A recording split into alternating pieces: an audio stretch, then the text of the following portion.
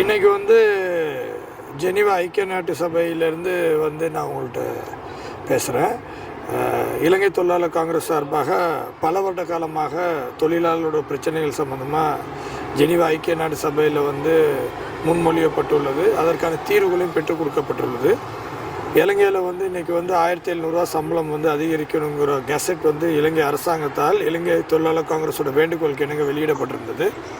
ஆனால் அதை வழங்க முடியாது என்று கம்பெனிகள் தொழில் கம்பெனிகள் தற்காலிக தடை கோரி நீதிமன்றம் சென்றிருந்தாங்க, கோர்ட் ஆஃப் அப்பீல்.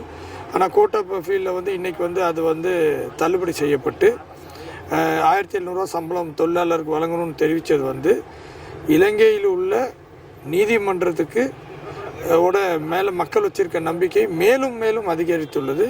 ஒரு நியாயமான ஒரு தொழிலாளர்களோட சம்பள அதிகரிப்புக்கு நீதித்துறை நின்றுள்ளது.